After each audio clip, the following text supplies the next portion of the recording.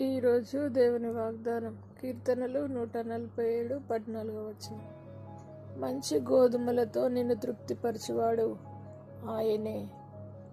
He satisfies you with the finest of wheat. నా ప్రియ సహోదరి సహోదరులారా, దేవుడు మిమ్మల్ని మంచి గోధుమలతో తృప్తిపరిచి మిమ్మల్ని ఆశీర్వదించబోతున్నాడు. కాబట్టి ఈ ఆశీర్వాదాన్ని స్వీకరించండి. ఆయన కృప, ఆయన వాత్సల్యం ఎల్లప్పుడూ మీతో ఉండునుగాక. ప్రార్థన.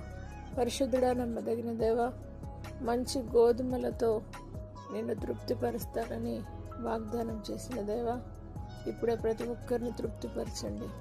మంచి గోధుమలతో తృప్తిపరిచి వారిని జీవితంలో గొప్ప మేలు చేత నింపి ఆశీర్వాదమునకు వారసులుగా ఉంచమని యేసు నామమున వీరు ఆశీర్వదించబడుదురుగాక.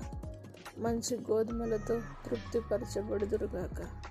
అలాంటి నీ కృపనిచ్చి నడిపించి బలపరిచి వారి కుటుంబంలో సమృద్ధిని దయచేయమని యేసు నామమున నడుచున్నాం తండ్రి. ఆమేన్. దేవుడు మిమ్మల్ని దీవించునుగాక.